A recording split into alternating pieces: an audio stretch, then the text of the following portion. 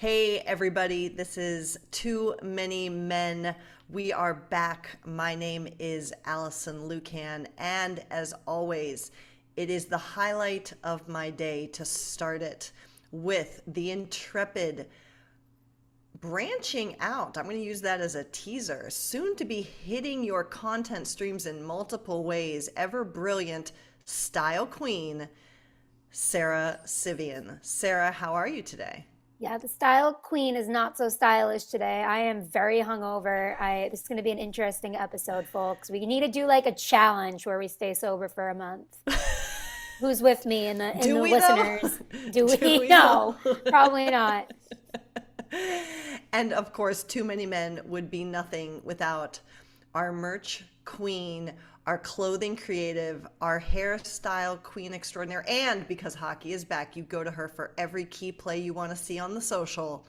Shayna Goldman of The Athletic. Shayna, say hi. Hi, How are you?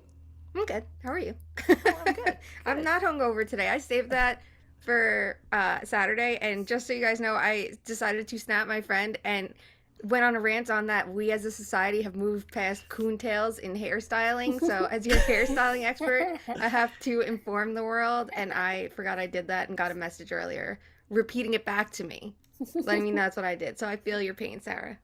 And now we know why we just have Shayna only say hi in the intro. No, We I'm just can't. kidding. I'm just kidding. Just kidding. Look, it's All an right. important conversation to have. Can I add though? It was nice to hear the countdown because I thought we were done with that this season. It was very heartwarming to hear the countdown return from you. Well, people don't hear that. I know, but we hear that. Oh, why is it so rewarding to you? It's funny to me because it's like we have to try to like stay serious and like we attempted to do the countdown when we had to do it without you and like we could not get through it. Yes, we're not capable. Well, folks, it is officially NHL hockey season. Technically, there were games last week in Europe, but let's be real. The hockey started in North America this week. And so, because of that, we are going to spend the bulk of this episode on looking across the league, giving you our thoughts division by division. But before that, of course, we have to hit you with our usual segments. And first up, Sarah Sivian's favorite. What is it, Sarah? Bitter news. Yes, folks, it is Bit O News. And we went pretty deep into the Hockey Canada scandal last week. We're still working on getting a deeper dive into that we will do as a standalone episode. But this week, just a bit of news with the continued bleeding of sponsorship, including Bauer, that continued to happen over the course of the start of this week. Finally, this week it was announced that Hockey Canada CEO Scott Smith is no longer a part of the governing body and that they are removing the entire board to allow for a new slate of directors. And I'm using the report as written by theathletic.com.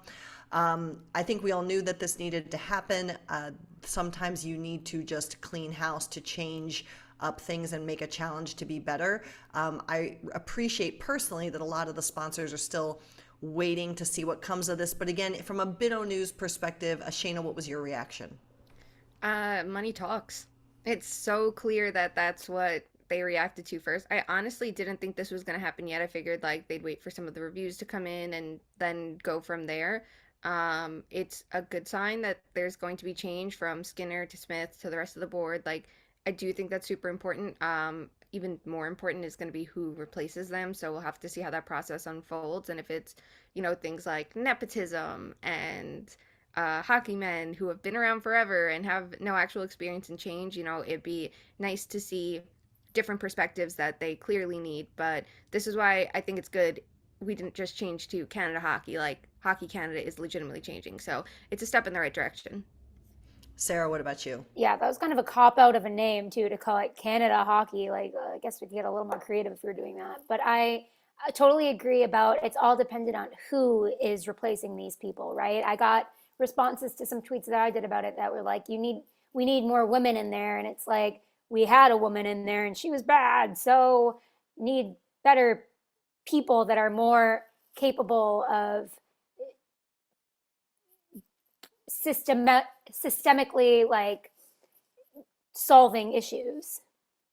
100%. So we'll keep tabs on what's going on there. And again, we're still working on an episode for you that will be worth the wait.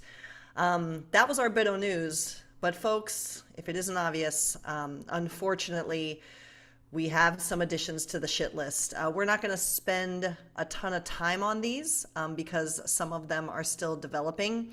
The first bit of news is that according to a Twitter account report, Ian Cole has faced some accusations of sexual abuse and grooming.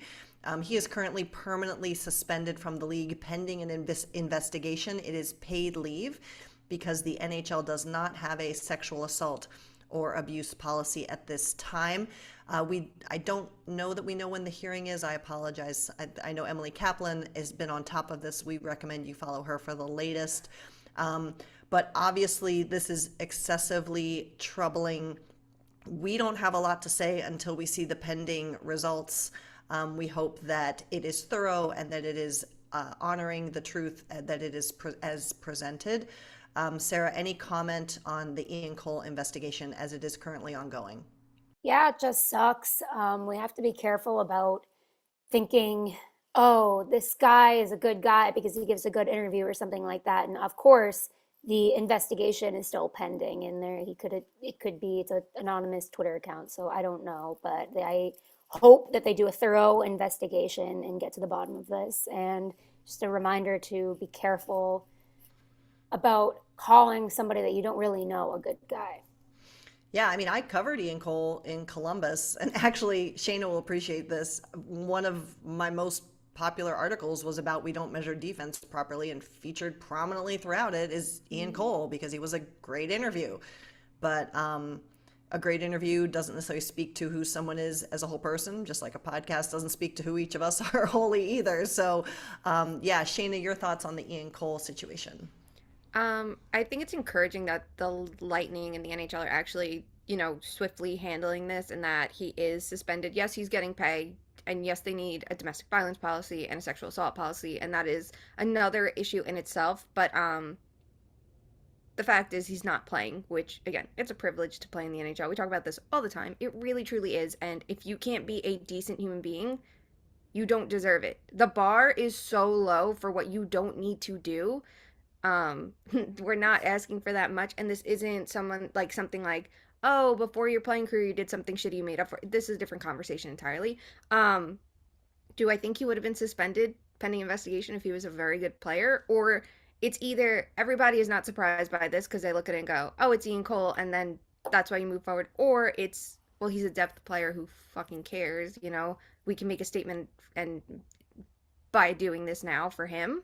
But either way, it is something. There is a very small grain of salt. Like, okay, they're actually suspending him. He doesn't get to play until it's handled. And hopefully it is handled. And like you said, they get to the truth of all this. Perfect. And we have, unfortunately, one other shit list entry. This weekend was a rough one, folks. The AHL's Bakersfield Condors fired their head athletic trainer, Chad Drown. That's an unfortunate name. Sunday, hours after he was arrested, I am reading a report from Front Office Sports. He was arrested in a decoy operation in the southern end of California's Central Valley. He is facing 2 felony counts and 1 misdemeanor after an arrest related to his attempt to set up a meeting with a minor with the intent to commit a sex action, a department spokesperson from the Kern County Sheriff's Department told Front Office Sports. The Condors are an affiliate of the Edmonton Oilers. Again, this is shitty, hence the shit list. But I don't wonder if we're maybe starting to be at the cusp of what should be the no tolerance level, and perhaps being more thorough and intentional in setting a standard for what culture needs to be. I by no means think we're fixing everything today, but as sucky as this is this the beginning of change? I don't know. Sarah, it was rough. Our chat was certainly buzzing with just kind of like, what the F are we doing here, folks? But Sarah, when you heard this news and you're looking at kind of the whole scope of hockey right now, what was your reaction? Yeah, it's hard to hear all this stuff, but this stuff has always been happening, and the fact that we actually are hearing about it now is hopefully some sort of reckoning. I'll believe it when I see it, but at the same time, it does seem like even though there's no sexual abuse policy in the NHL, it does seem like there's more of a protocol now, and that like we are taking this stuff seriously and reporting it. So it's encouraging that it's coming out, but it's still very hard to hear. Shayna? It was a long week. Like, it's you know what? And it's Wednesday. Oh my, yeah, Lemon, it's Wednesday. My God. We were talking about it with the Hockey Canada stuff the other day. Like, I'm sorry, my brain just. No, but how they were saying, like, you know, this is not just a Hockey Canada problem, it's like a world problem. It's an everything problem. And I love how, like, everyone's like, oh, okay. But, you know, it's a problem in the environment, in the society. It's a problem in hockey. It's a problem in Hockey Canada. And we're just seeing it more and more in hockey, that it's like, what the fuck is going on? Yeah. It's at every single level. It's just ridiculous. And like, something has to change. And I hope this is like you both said, like that reckoning that hockey needs, because it's constant. So at least we're hearing about them. Things are happening with them. That's encouraging, even though it's like mind-boggling to hear about something new every day. But I really hope this is like a start of a trend, that things are going to start improving anything, because it's a lot. This is just, it's so much. It is so much. But here we are. And I would just, final note on this, encourage our fellow colleagues in journalism to remember to report when someone is a child versus a woman, and make sure that you're being true to what the accusations are. With that, friends, there's hockey. Wow, what's that? So there is hockey. It is starting. I know that the first two official games went off Tuesday night. Those were fun. And now it starts to get crazy. If you want a team-by-team preview, sure, you can go find that on any other podcast. But here at Too Many Men, we do it our own way. So what we're going to do here is we're going to go division by division. We're going to pick who we think is going to win each division. And then we're going to pick, if we wish, our favorite storyline and any surprises that we see coming out of the division as a whole. So we're going to go division by division. And we have been a little bit accused of some East Coast bias in the past. We all have come from covering Metro teams historically. So let's change it up. Let's start with the Atlantic, I say. The Atlantic division, Sarah, who do you have to win the division, and what storylines are you following out of those 8 teams? I'm gonna say Toronto Maple Leafs win the division, and I'm following along with Matt Murray. I really want to see if this is his year to kind of come back and finish his career on a good note. Any surprises, or dare I ask, who you think is going to disappoint? I'm worried about the Panthers, guys. I'm sorry. Yeah. I'm worried. There's a lot of moving parts there and factors. I don't know if they have the right coach. I'm sorry. We'll see. We'll see. I'm surprised about their off season, so I'll say that. Which is the most surprising? I don't know. I think the Panthers, because they won the President's Trophy, and then it's like now I'm confused about what they're doing. Shayna, where are you on the Atlantic division? So I'm going to agree. This is a pro Maple Leafs podcast wow, today. you heard it here first, the Leafs. Yeah. They are winning the division, but the question, of course, the regular season doesn't fucking matter for the Maple Leafs. They're making the playoffs. If they don't make the playoffs, the world's going to combust anyway at this point.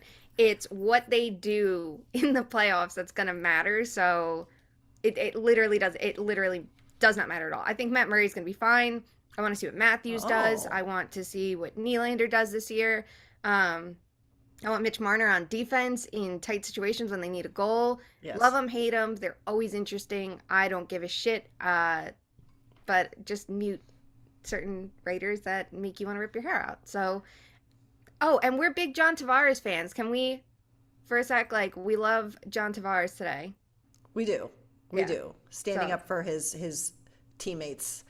Yes. Yeah. Okay, so I have a serious question before I make my pick. Okay. Legitimately, why are we so all in on Toronto over Tampa Bay? I think the Sorelli injury is going to hurt Tampa Bay in the beginning, and I think that's something like their depth is going to hurt them a little bit. That I feel like they're going to make the playoffs, but they're just not going to have that President's Trophy potential season. You know, I think that they're a playoff team. I don't think it matters for them. They're going to make the playoffs. Like, that's fine. I feel like they're a lock. The Leafs are a lock. The Panthers will probably make it, and then the team I feel like maybe we're sleeping on is Boston. Like, I get it. They have a lot of injuries to start, and that's going to hurt them too. But, like, David Krejci's back, and he's going to play with Pasternak. And then when you have that healthy decor, like, I feel like everyone's not talking about them enough. But I feel like from the regular season alone, Leafs should, if they're not first place, I feel like that's a disappointment to them. That's one disappointment to get it rolling before the playoffs even start. I think it's high. I mean, look, as I look at the list of teams, I'm probably picking Toronto too. But I'm impressed with both of your like lack of concern over the goaltending. Honestly, I just think they don't need much. Yeah, that's the no, thing. that's exactly it.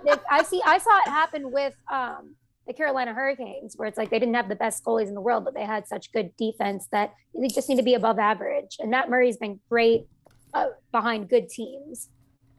Yeah, and like Samsonov is good too, so it's like if he can be good. I don't think I shouldn't say he's good. He can be good behind a good team with the right. I think in Washington, I think leaving the Capitals had to be a wake-up call for him because like he was projected to be like their goalie of the future, and it all went wrong, and a lot of it was like self-inflicted. So I feel like that they'll be fine. You had Jack Campbell, who was incredible, and then disastrous, like so bad, and they still were so high in the division. So if they can just get that one level of average, they'll be fine in theory. Yeah. I hear you. In theory. I'm totally in agreement. I think Tampa Bay just has had so much. I don't know how to say. I'm hungover, folks. I think they've just been going so far and so hard for so long that it's like, is this the year that they don't make it to the Stanley Cup final but still make the playoffs? I think so. They still have Corey Perry though. They're going to the Stanley Cup final. Yeah, And they're yeah. losing. I cannot. Oh my God, I know. All right, so where do Buffalo and Detroit fall out? They're the fun ones. I think Detroit's interesting. Like they definitely did a lot. Buffalo's that wild card. They're fun. Things are trending up. Like I want to see Buffalo above all else be that disruptor. And then you have Ottawa too. Right. Like Yeah. I'm 100%. intrigued by it. I wonder if they could take a Metro team out of the wild card spots because for a while it feels like they belong to the Metro. If there can be that cutoff and like 2 Atlantic teams make it, that would be fun. Yes, and I am actually here for, we talk about trends that come out of Stanley Cups, but I am here, we've talked about this before, this like burgeoning trend that Buffalo seems to be at the front of, which is signing your young talent for what they're supposed to be, not retroactively. If this works, this could shake up the whole compensation strategy, particularly as the cap starts to rise. That's going to be fascinating to me. How many people today were like, I don't know who Matthias Samuelsson is, and it's like you just locked up a defenseman who they expect to be a top 4 defenseman for $4.3 million on average for 7 years. That is fucking fantastic. That's a contract in 3 years you could look at and be like, holy shit. And it's not, look who's in their front office. Sam Ventura is maybe one of the smartest people in hockey. Look at everything he did in Pittsburgh. He joined them right before their back-to-back cups. Like, they are building and he's not the only one there, but they are building something really with their data-driven insights, and it looks like management's really listening, so we're a fan of that. 100%. All right, so hey, see, look, Leafs, we love you. We've all picked you. Yay. All right, stick east, then we'll swing west, because, hey, folks, I'm out west, so don't think we're going to ignore you. Metro Division. Shayna Goldman. This, I want to hear your pick. Let's go. The Rangers last night were the best team out of anyone. That's it. Yep. It's their year, baby. Here we go. I think it's the Canes to lose. I think that they're going to have the regular season. Like everyone has them as the number one team in the regular season. I could totally see it. And then we're going to start asking the questions, but what about the playoffs? I think that they can win the division. I think the Rangers and the Penguins are like my three locks for like 1, 2, 3. And then you have those questions like I think the Islanders are going to make it. I think they're going to bounce back. I think they're the team to watch. I don't know if the Devils can do it because I still have a couple questions there. My surprise team would be the Capitals. I kind of wonder if they fall off this year, even though look, Tom Wilson's out. They addressed it. There's Connor Brown. I think he's a very good player. They don't have a second line center. They have McMichael, who they can promote from within, or Dylan Strome. So they're trying to keep the ship afloat. And I like Darcy Kemper in net. I think he's going to be better than anything they had last year between Vanacek and Samsonov. But like, that's the aging core that I'm looking at going, can they keep it up? When you go Pittsburgh, Washington, two aging cores, I go Pittsburgh still. I go Washington just because Ovi has records to break, and I think he's going to break them. And I feel like he's on a mission, and he has really, and I know like there's issues with figuring out who's the center and injuries and stuff, but he has been an assist machine recently too. So I'm like, can he do it all? We'll see. I am Ovi breaks records, but the Caps fall off. How about that? That's fair. I like I'll allow that. it. So who's your pick, Sarah? Who's your team out of the Metro? Definitely the Canes. They got better. I mean, can Freddie Anderson stay healthy? The dude's got to play less games in the regular season. I know he like wants to win a Vezina, but like that's not the goal, Freddie. Like take a load off and get ready for the playoffs, in my opinion. Obviously it's not his fault he got hurt, but it's like the more you play, the more you risk that. So would like to see him have a full recovery. I mean, I'm excited to see Brent Burns in a Canes uniform. I don't think he's done yet, so we shall see. But I have the Hurricanes, and then I have the Rangers like right up there too. Guess what, Shayna? You're going Rangers number one. I am. Oh, I'm here for it. I honestly think it's fun. Like, I know everyone wants to be like, oh, they were a fluke last year, but like, I think that they're a team that's going to do whatever it takes to stay high in the playoff mix while their core is at this point. Yeah. Like, their window is. And they look good I yesterday. hate that. I They hate looked that good. notion that something's a fluke. Like I do get that sometimes, but they were not a fluke. They just like kind of got there earlier than expected. They've been building something, right? And then you've got Shesterkin. Like, how are you going to look me in the eyes and say that's a fluke? You added Vincent Trocheck. Love that. So they're going to pop off. I bet Shesterkin regresses, but if he regresses, he'll still be elite. Yeah. Like, that's the thing. Oh, do we all of a sudden think he's going to be like a pumpkin? Like, that's it. He's done. Like, then you haven't watched his whole career to the start in the NHL or even before that. 100%. And I think too, like, and again, it was one game, and I don't know that Carolina is. We'll get to this, but Columbus just has now announced Elvis Merzlikins is sick, so Daniil Tarasov is going to be in net. So I don't know if what we see out of Carolina tonight, good or bad, is like going to be as much of a statement as what we saw from New York yesterday against Tampa Bay. But New York looked ready, and while I like the moves Carolina made, they still have some other injuries, even with newly acquired players. And I just feel like New York, I mean, for years we were all saying, like, here comes New York. They're going to be good. Look at what they're doing. Look at the moves. And intangibles, I feel like New York is a little bit more locked in right now. Totally based on a one-game sample, because obviously that's what we do. But but you're building too off. I'm sure the playoffs are like friend of mine too. 100%. We're people who always throw away the playoffs, like to a point. Like you can't take everything. Their 5-on-5 play was a problem last year. If they get that figured out, we know the power play is going to be good. Even with Trocheck there, I think it's going to be better than with Strome. He's great. Yeah, and if we look at what went wrong last year, it's Panarin didn't have a good right winger, and Strome wasn't doing enough to make up for the fact that they had a weak right winger. That should be different this year too. Trocheck's a better player, so you have that figured out. You know Zibanejad's great. Kreider, it doesn't matter if he hits 50 goals this year, he can still be effective there. And now if the kids can keep building, you have something. And the defense too, there's young players, there's elite talent in Adam Fox. I think K'Andre Miller's gonna have like a great year, breakout year. Like there's potential from everything. They need things to go right, but like I don't know. It looks like signs are pointing to things staying afloat right there. Yeah, and I feel like the lessons New York learned from getting bounced are more of an upward tick, whereas the Hmm. lessons Carolina learned from getting bounced were more of like, oh shit. That's So true. so that's part of my reasoning. Okay, look at that. We base that completely on absolutely very little substantial information. Just vibes and literally the per 60 stat of 60 minutes exactly. Amazing. All right, let's move west, my friends. There's hockey in the West. We don't know that. Shut up. Rude. Rude, rude, rude. Let me tell you the gift that being West and watching all the hockey and not having to stay up till 1 a.m. is. Let me just tell you, delightful. Oh yeah, So you get to start at joyous. what, like 4 o'clock? It starts It's for so you. good. It's so good. That's I'm such an probably up at adjustment. like 8 in the morning to watch college football though. Oh, but then you brunch. You brunch. There It's you go. fantastic. I would not. I would not handle that. Yeah. Shayna, you haven't seen 8 a.m. in years. I wake up at 8 a.m. for tennis. It is the one thing that I will wake up for, and then I'm See like how a you are. zombie. Just wait till we get to like the Australian Open when I'm like matches are starting at 11, and then I'm fucking staying up till 5 a.m. starts. Well, and that's what I was shit. gonna say. I would suggest you actually don't wake up at 8 a.m. You stay up till 8 a.m. That's what I do. and then- The Australian Open final last year, it started at 5, and like I stayed up for that, and I made Rich do it too, and he's a person that goes to bed by like 11, 12, wakes up at 6, and like I was unwell. I was not well. I napped at one point during the match because I should have just had extra coffee, but like that's my MO. I'm not gonna get up. I'm gonna stay up.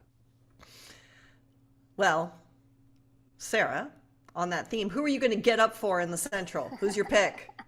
This is probably one we're all gonna agree. Central Division, Sarah, The go. Blackhawks, just kidding. The Avalanche, come on, let's be real. Like, what did they? I mean, they lose Kadri, that's not good. But other than that, it's like they pretty much stayed the same, and their core is still young and in their prime. So why not? There you go.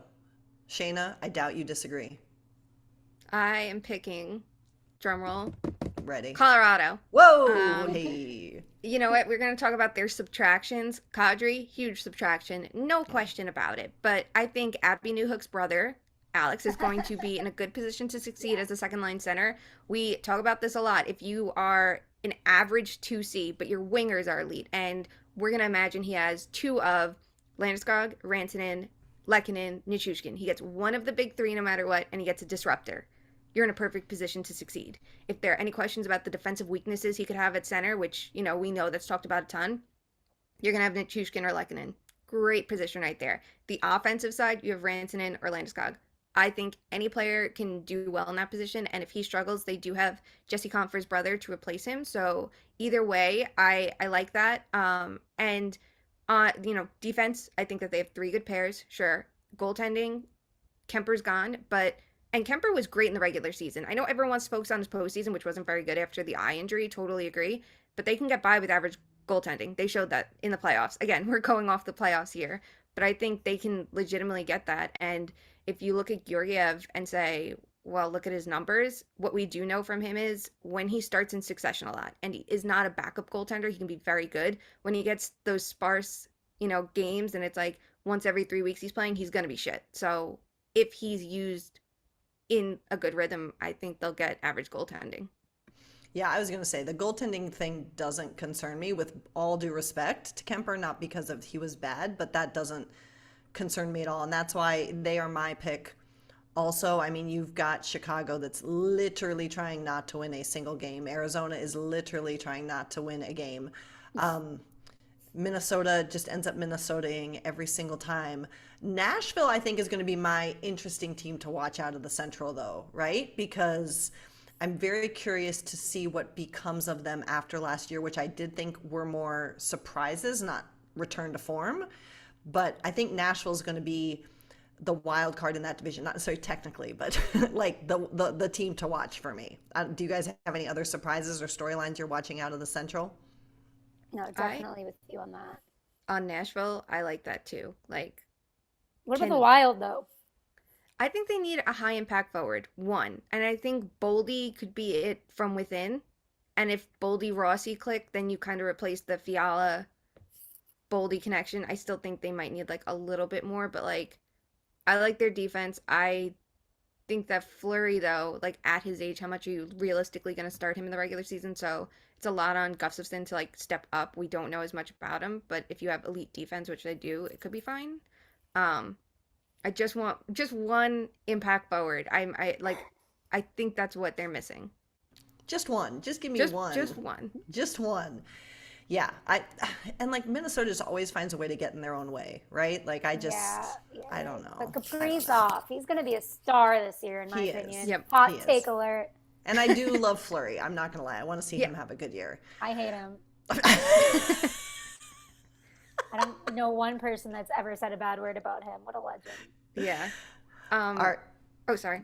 Go. My surprise team, I'm going to go the other direction, is the Blues. I don't think they did enough to that defense, and now Perunovic is hurt, who I think was the potential like wild card. Yeah. And you have Binnington as your starter, and you have Rice backing him up. Like he was not the starter last year. I feel they're on the downslide. Yes. Yeah, like he's not good behind a below average defense, which I expect them to have. But I know we always underrate the Blues because their passing is what makes their offense so dangerous, and how they limit passes is what helps their defense, and we can't capture that in the public sphere, and I get that. But even with everything we know about them, I don't see them exceeding last year. I would agree. All right, kids. Last division, best division. What? No, I'm just kidding. What did you? I'm sorry. I just looked at all these teams, and most of them suck. Wow. Harsh. I'm sorry. Pacific Division. I am going to throw this out first. I'm not going to make my pick for the division, but I am going to say that even though last night's game was hella fun between Vegas and the Kings, I think Vegas falls off this year. That's my prediction. Shayna, who's your pick to win the division, and what's your surprise storyline out of it? Vegas falling off is interesting because this is like the worst team they've had since year one. They've had to make so many subtractions. Okay, the Flames are the easy pick to win the division. I do agree with that. I think what helps them is there's less emphasis on line one and more emphasis on the top six. I think Mangiapane is going to be, total. I don't want to say breakout player because I think he broke out last year, but I think he's going to be like one of their most important players. And I think with Kadri there, like he's going to have an offensive center that he didn't have before. Now they have like that true shutdown third line. Like I like that. And I love the addition of Uyghur, and I think that's going to help because I could see Markstrom falling off, especially after the workload he got last year, which was a little ridiculous. He played, 75% of the games? Like, that's a lot. So if their defense is better and it's less pressure on him, I think that's going to be a good thing.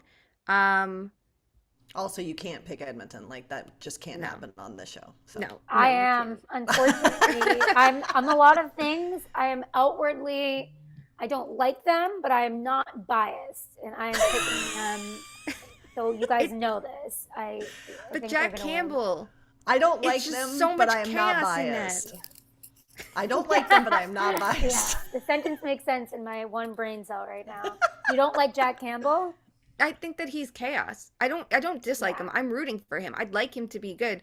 And I get that if any team can handle chaos, and that is Edmonton, they had Mike Smith for fuck's sake. But Jack Campbell, the hot and cold, and he's not going to have as much defensive support in Edmonton that he did in Toronto, even if all of the tweaks that they made post-coaching change, hold through. Like, I don't see this being an elite defensive team.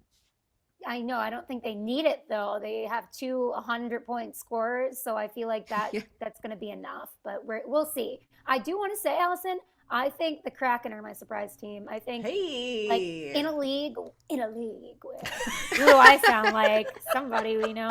That's where my brain went to immediately. But in a league where it's like these young, fast stars are having their moment, I think that the two young boys, the young whippersnappers,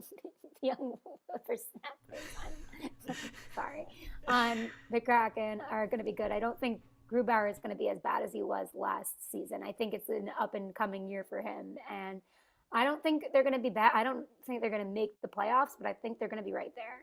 I like this pick. Yeah, and I mean, honestly, I obviously work for the team, but I will say this is the whole plan, right? Like, it's year 2, you're building, and to get 2 potentially superstar centers through the draft is literally the dream. Like, that's literally the dream. And I do think Matty Beniers will be in the Calder conversation.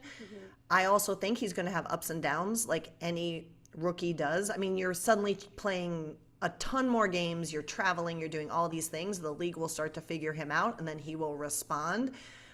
But watching him play, like we were talking about the other day, like it is rare to see a player play like he is playing as early as he is in his NHL career. It's pretty cool. I think that if they're in the conversation, I think that's a great step for them because, again, they're building. This is all by design. I'm picking Calgary simply because I can't pick Edmonton. And also I am with Shayna. I think you have to be balanced. You have to be balanced. Granted, Draisaitl was hurt last year, but Exactly. you can't win Look on what he offense. could do on one leg. Well, Now he's gonna have two. I understand that, but I'm saying, again, my theory as to why Colorado was able to win last year is because they were every leg of the stool was equally balanced, right? The defense, the goaltending, the offense, and Edmonton still not there. Also Edmonton. So Yeah. any other? We didn't. Oh, go. Oh, sorry. Go. We didn't. Well, to the Kraken too. Like I don't think that they're gonna have that true star player yet. I think Beniers will get there. I think Wright will get there. I feel like it's gonna be like offense by committee, and I love that's why the changes. Like last year they had good defense, and obviously the defense is a little different this year without Giordano, but like they have goal support. They have Burakovsky. They have Gord. They have Bjorkstrand. They have McCann. Maybe they're not these all-star players, but I still think that could be three pretty good scoring lines. Like, and I think that, and if Wright, say, plays on the fourth line, like, that's still good. That's still It's something. still fine. Yeah. I love the, if you deploy your forwards properly, when you have a solid top nine, like you have a versatility there too, which is not just I have three deep lines, but like depending on the matchup, you can change up those lines to challenge your opponent. So it's going to be interesting to watch. I'm excited. And again, like this is a team that is building and I'm here for it. Like that's good. And Grubauer should not be. This That's is right. something like we're This is where watching math so makes closely. sense. Right. Yeah, like everything says he should rebound, and if their defense, even if it's a little bit worse, their defense, like he should still be fine. The only team we didn't talk about though that I still think is a playoff team is the Kings. Like I think that they what did they need this summer? A very good winger. They got in Fiala. I don't think Fiala is this guy that is this game breaker in himself, but like with Kopitar and Kempe, that's very good, and I love their second line. So I'm really interested. The only thing we love the young defense, right? We like what they have up front now is goaltending, but I think even if it stretches up, Quick's amazing. Now he's not. Shift goalies like they did last year. Okay, Quick's back as the starter, and it just stretches like that. Like I think that they're a really interesting team to watch too, and they have the assets to change things if it doesn't work. I think they have like they're one of the best positions to improve if need be, given like all their assets. And they're healthy. And I think, again, kind of like the Rangers, I think this is a group that was building, and what happened to them last year can be a big driver for them to sustain, if not start to improve. I agree. I like the Kings as a pick, except when they play Seattle. Just kidding. Not really. Okay. All right, friends, we end every episode with our favorite game, with apologies to Steven. It's not your birthday anymore, so now we get to call the game what we want still. And that is Fuck, Marry, Kill. All right. In honor of the season starting, we decided to pick 3 team moves that we're going to fuck, marry, kill. And Sarah, you are up first. We've talked about some of these a little bit already, but now you have to categorize them in our game. Number 1, Kemper to the Caps. Number 2, Campbell to the Oilers. Or number 3, Billy Husso to the Red Wings. Go. God. I mean, your goalie makes your biggest impact. I'm going to have Kemper to the Capitals. I'm going to marry that. What were the 2 other ones? I always forget these things the second that I hear them. It's like in one ear and out the other. You married Kemper, and now you have Campbell to the Oilers and Husso to the Red Wings. Okay. Oh. So this is all the same thing. Okay. I am going to fuck Campbell to the Oilers. I think when he's good, he's good. I like the idea of we get a look at him in a different system and see like how good he really is. You don't get to do that often. And I'll kill Billy Huso to the Red Wings. It's just not like, doesn't really matter right now. Like Shayna, your takes?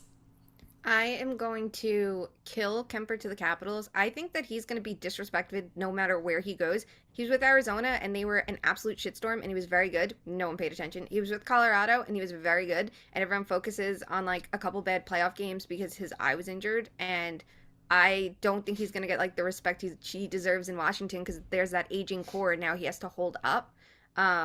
So don't love that for him. I'm going to fuck Campbell to the Oilers because good, bad, sideways, that crease, even though they have completely changed it, is going to be total chaos. And I do like the idea, like, there's no more Mike Smith. It's not two chaotic goalies at once. Like, Campbell's going to be the focus, and I am curious of what he can do because I think that there is potential for him, but it's that hot and cold thing that I really want to see how it works out. And I don't love the contract, so I don't want to commit to that. And I will actually marry Huso to the Red Wings. He was very good in St. Louis. He earned the starter's net. I think the playoffs, he had like one bad game and everyone like jumped at it. And because they had Binnington, they could do that. If not, he would have gotten a chance to like shake that off. But I like the contract. I think he was going to I kind of assumed he would get the biggest contract of the goalies that were on the market, and he didn't. And I think it's like a good gamble to make. And if you look past just last year, everyone will go, what has he done at the NHL level? Like, he has a good career to this point that I'm interested to see how he does, and I think a little bit better goaltending in Detroit with some improved defense, like, there's potential there. So I like it for them and for him. I am going to kill Campbell to the Oilers because honestly, it's just going to be, even though it's different, like you said, Shayna, it's just going to be one more year of the narrative of goaltending in Edmonton, and I'm exhausted and I just cannot. So I don't want to hear about it anymore. So I'm going to kill that. I'm marrying Huso to the Red Wings too because I like it and I like the Red Wings. Like, when is Stevie going to start like the big push, right? But let's see it, and this is another piece, and I feel that could be a sustainable option where some of these are more like, we're in transition, we're trying to find someone to fill our net, like who could it be? Like, this has the most intention behind it, if that makes sense, of any of these moves. And therefore, I will fuck Kemper to the Caps because I like Darcy Kemper, and I do think it's going to be fun, and I think he won't get railed upon as much because he is playing behind, even though we kind of see them on the downswing, it's still a good team, and so it's not going to be like hanging on him. I think people are going to be able to be realistic about what's happening in front of him as well as what he's doing. I'm saying this about hockey fans. I'll take it back immediately. But there you go. We all three went completely different. Completely 2 in a row like that. I know. How about it? How about it? All right, my friends, the season is upon us. Before we get into it in full, is there anything I missed for this week's episode? No. Thanks, Shayna. You're welcome. Sarah, is there anything we missed? No, I think we covered it all. We actually talked hockey, which is surprising and great for us. So I love that. Getting back into the swing of things here. Gonna watch the big games tonight. Very excited. Very excited. We're all gonna have Leafs, Habs on all the screens tonight. That's all we're watching. The only teams we care about tonight. Shane, I'm literally on TV in a few hours. Isn't that national tonight? No. I thought they were the late game on TNT. Well, I have a pregame show starting at 6, so... Oh, no, it's Blackhawks Abs. I'm sorry. I thought I was actually going to ask you tonight, too. Like, you're not... Okay, sorry. No, we'll be... Excuse me. As Allison, you already know this. We're having Allison again on the screen tonight. So all my friends can sit there, because we watched... It's Wednesday, so, wrestling, they'll all be here. They could be like, you're friends with her. I'm like, yeah, I am.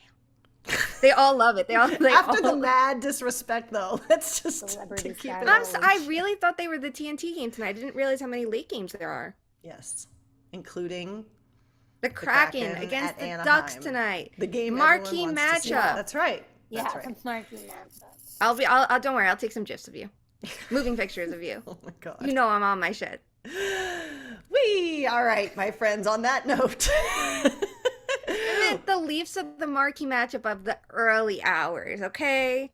Good That's what it is, asterisks because there. we love them. We love the Leafs. Pro Leafs podcast. Good asterisks there, Not my too friend. many Leafs, the new name of the podcast. Not too many leaves. Not too many Leafs. Effort. All right, my friends, we appreciate all you listening. As the season gets underway, we are going to be transitioning to 2 shows a week, and we can't wait to keep bringing you hockey analysis, Bitso news, and the shit list as we need to. But hockey in the NHL is here. We can't wait to break it down with you all season long. If you aren't already, please follow us on social. We are at 2_much_man. You can find links to our merch there. Buy your Too Many Men merch. Sweet, sweet hoodies for the sweet, sweet fall season are there and ready, waiting to be on your body. Check it out. And until we talk next time, be kind to each other, and we will see you soon. Love you. Bye.